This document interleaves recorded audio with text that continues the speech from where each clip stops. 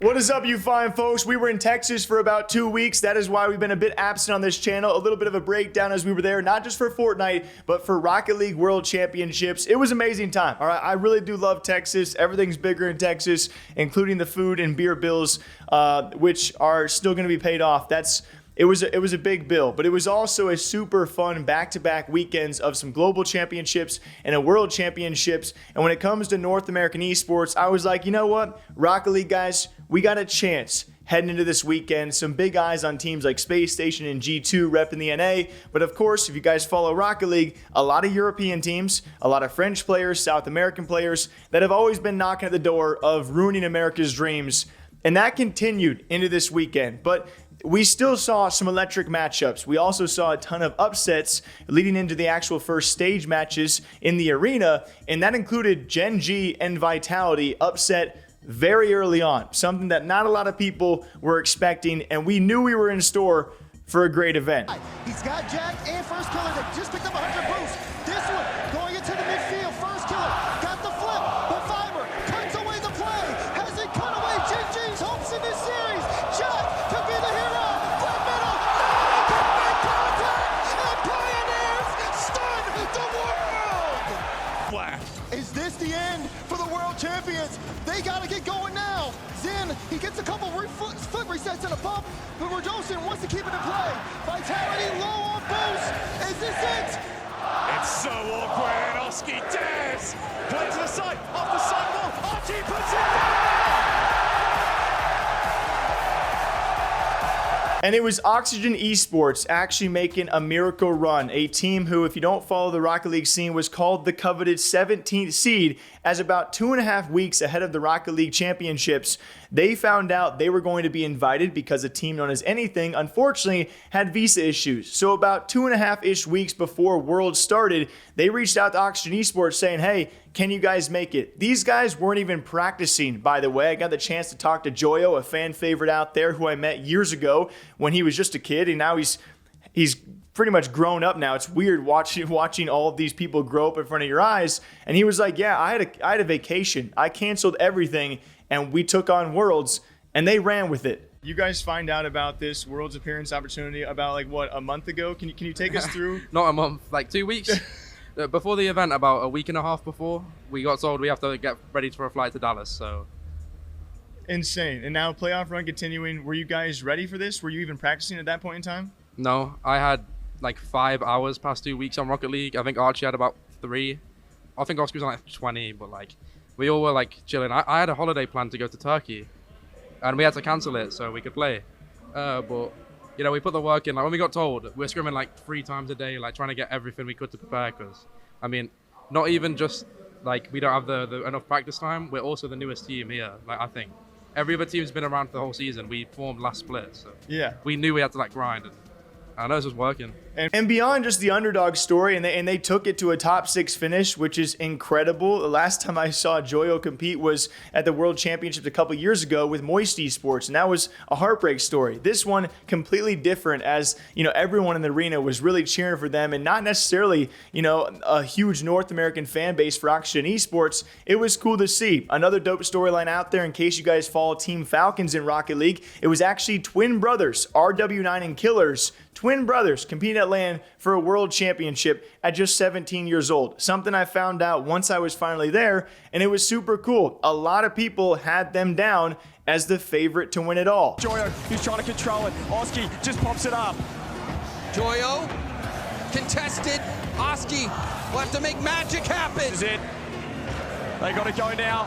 They got to go right now. The fake comes in. Joyo's up, misses the touch. Ball still rolling. Archie keeping up. TRK trying to find the ground. There's no boost for Falcons. The ball's still in the air. They just need it down.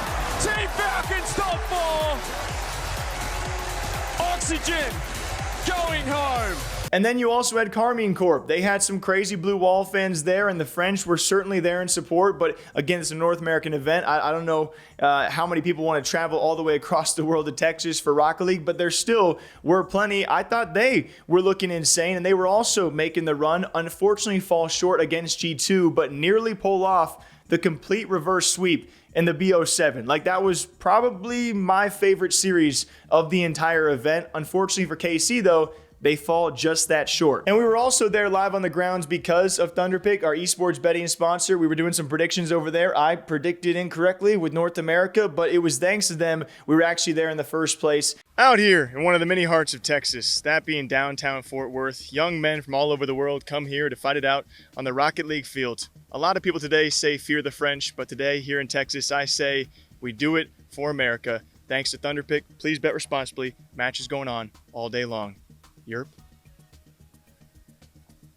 At the end of the day, though, it came down to a repeat. If you know, you know, of the 2022 Rocket League World Championship, G2 versus BDS. They both gutted it out throughout the entire tournament. G2 certainly one of your favorites. BDS go lower bracket quite early on, but no one was shocked as they made the run and looked incredible throughout it in terms of the teams they were taking out. By the time it was like, you know, probably top 8, top 6 matches, people were like, okay, this is what it's shaping up to be. Like, there's a chance it's going to be a repeat occurrence, and certainly it was. But at the end of the day, the bracket buster and the North American dream killer, of course, it was Monkey Moon and BDS, and I mean heartbreak.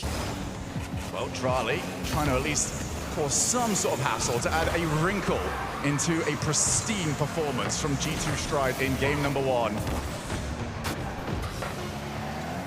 Good news, the cope for BDS is, well, this has kind of been the state of the day, where one team annihilates the other in the opening match, but you cannot allow this next game to look anything like this. Yeah. G2.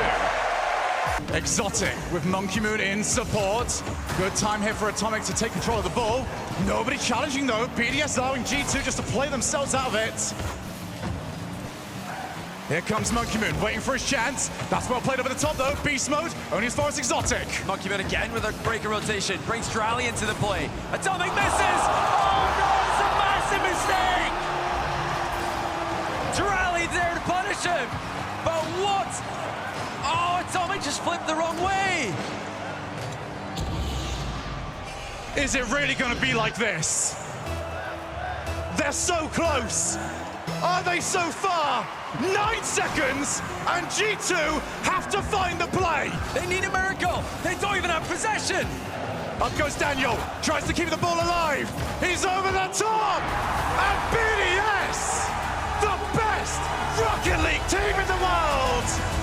And your world champions! As yet again, BDS take the world championship from the hands of G2, and there was a lot of comments out there around Atomic's miss. I can't pinpoint an entire tournament and an entire series from one play like that, but you gotta feel gutted because people are talking about it. Certainly, there are so many other plays that could be deeply analyzed if you really want to go that deep. And did it suck? Yes. But at the end of the day, BDS was the better team. I mean, there was a lot of points in that series where you were like, they are just, I mean, G2 has started every series so strong, but every team fighting back, including BDS. And once they got control of the series, you kind of just felt the energy drain out of the room. And of course, once they won it all, the NA crowd, a little bit of controversy for leaving early, but you also got to remember, guys, okay? These Texas fans were there for 8 to 9 hours in that arena watching all of the Rocket League. They stayed all the way up into the end and then didn't want to stay an extra 15 minutes to watch a team they weren't cheering for lift the trophy. I was understanding because I saw those Uber surcharges and they were insane, and as is Texas traffic, okay? But that drama will always exist with Rocket League Worlds. The home team, if they lose, crowds aren't gonna stay. Like, it happens in every single esport. Regardless of the run that BDS made, it was so fun to be back at a Rocket League Worlds. I just forget every time I go to a Rocket League event,